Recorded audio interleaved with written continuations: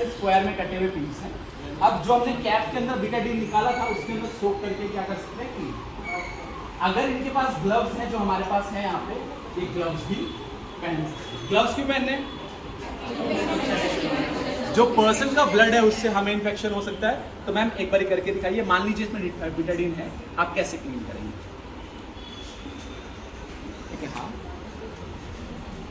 ठीक है, हाँ आपने क्या किया, उसे क्लीन किया। कैसे क्लीन किया मैम ने? इस तरह, ठीक है, मतलब ऐसे ऐसे नहीं मिला है, जैसे इस तरह था, इस मोशन में किया, क्लीन। डन। अब क्लीन कर लिया मैम, आपने क्या करेंगे? अब ये आप कहाँ जाएगा, ये कहाँ जाएगा? डस्टबिन। ठीक है, अलग टाइप के डस्टबिन आप एक पॉलिथीन में इकट्ठा कर सकते हैं। आपने इसको साइड में रख दिया, आप क्या करेंगे? एंटीसेप्टिक क्रीम आती है, ऑइंटमेंट आता है, आप उनका यूज कर सकते हैं। अगर वो नहीं है तो आप सिंपल जो भी हमने क्या किया था, गॉज पीस लिया था, ये इसमें से एक और गॉज पीस लेके इस पे हल्की सी बीटाडीन लगा के उसके ऊपर लगा दीजिए। ये कैसे रखेंगे? थोड़ा सा लगा के उसके ऊपर रख दीजिए।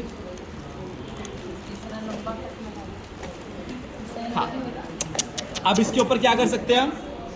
अब वो अपनी जगह से हिले ना, तो क्या करना है हमें? टेप लगा सकते हैं, राइट?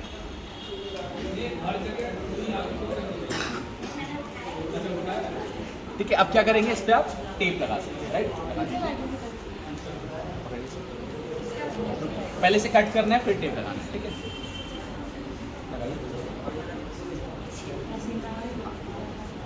एक ऐसे लगा दिया और एक हम दूसरी तरफ से लगा सकते हैं, ठीक है? तो इससे क्या होगा, पूरा एरिया ये कवर कर देगा। क्या मेरी बात क्लियर है? मैं बताना क्या चाह रहा था एक बार फिर मैं छोटा सा रिमाइंड कर देता हूँ, छोटा सा संक्षिप्त में बता देता हूँ।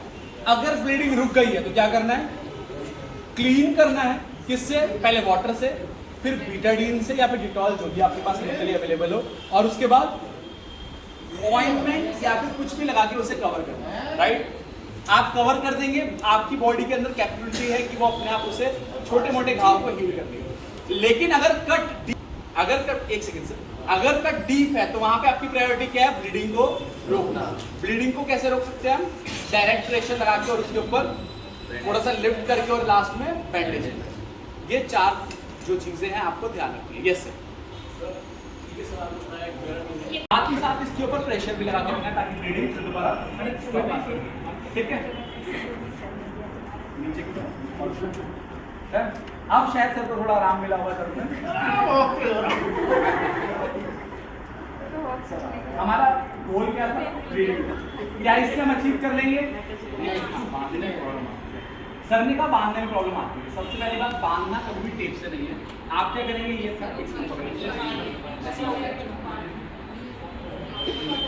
अगर आपके पास सीजर है तो सीजर का यूज कीजिए। क्या करना है?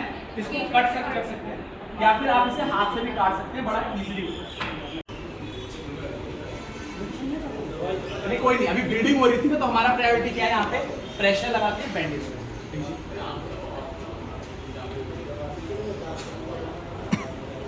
अब यहाँ पे गोल क्या आता है? देखिए सर के हाथ से बैंडेज छूटी। अब सर बांधेंगे तो सर के लिए हेड वाला जो एरिया है सर्कल है, तो इसको रोकना बड़ा मुश्किल है।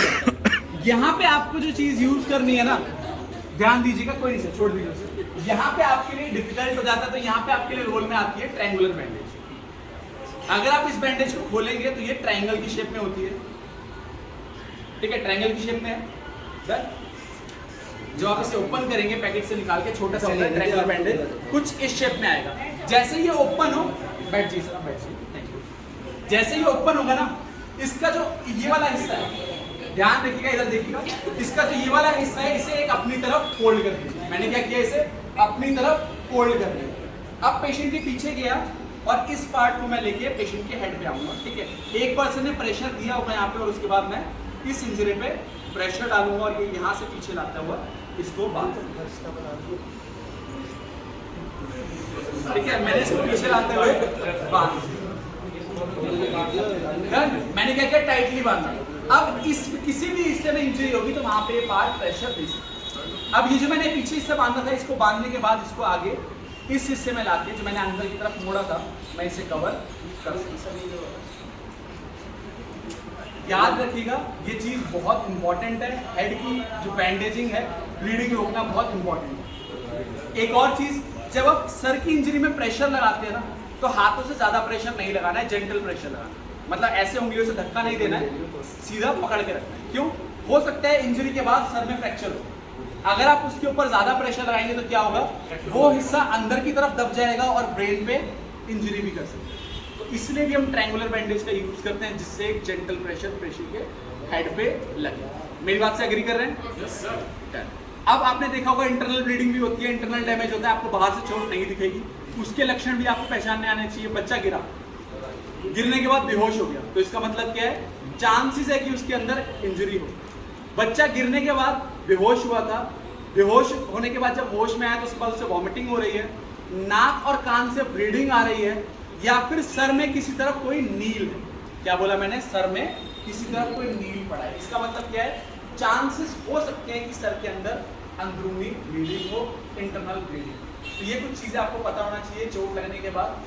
होता है ना कि हम अपने आप बैंडेजिंग कर रहे हैं, अगर बच्चा बार बार वॉमिटिंग कर रहा है तो इसका मतलब क्या है, इंटरनल ब्लीडिंग चांसेस है। तो क्या करना है, एम्बुलेंस को बुलाना है, हॉस्पिटल लेके जाना है। डॉक्टर क्या करेगा, सीटी स्कैन करवाएगा उनको, फिर क्या पता लग सकता है अंदर ब्लीडिंग है या नहीं। मैंने कहा चांसेस, लेकिन चांसेस है तो इसका मतलब क्या है, बच्चे को हॉस्पिटल ले जाना जरूरी है, सीटी स्कैन होना, उसका चेकअप होना सारे जरूरी है। Thank you so much sir.